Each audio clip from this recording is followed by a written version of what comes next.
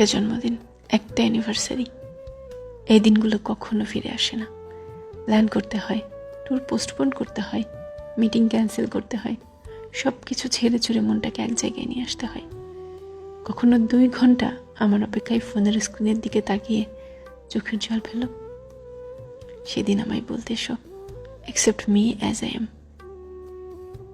প্রাক্তন মুভিতে ঋতুপর্ণার এই ডায়ালগটা আমার কাছে খুব বেশি প্রিয়।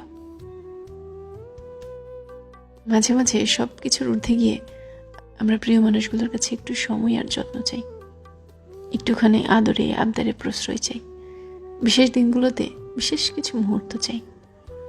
হয়তো সবার জীবনে সেরকম মানুষ থাকে না, আর থাকলেও সেটা তারা বুঝতে পারে না, বা কখনো বোঝার প্রয়োজনীয়তাই মনে করে না। অবহেলা কিংবা অনাগ্রহে বুকের ভিতর আস্ত একটা নদী শুকিয়ে গেল, তা কেউ টেরই পায় না।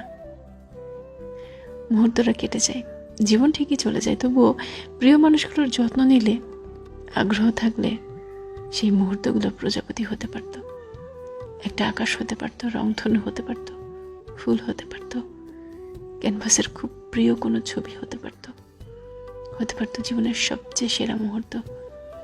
অথচ সবশেষে মুহূর্তরা বাঁচে অপেক্ষায়, অবহেলায়, অনাগ্রহে। অবহেলায় মানুষ মরে না, অভিমান জমতে জমতে একদিন পাহাড় হয়। এক সময় মানুষ প্রত্যাশা ছেড়ে দেয়, অভিমান অভিযোগ করা বন্ধ করে দেয়, চুপ হয়ে যায়, ইচ্ছেদের উড়িয়ে দেয় আকাশে। কেবল দীর্ঘশ্বাসে হঠাৎ হঠাৎ মনে হয় জীবন কিংবা মুহূর্তগুলো আসলেই অন্যরকম হতে পারত।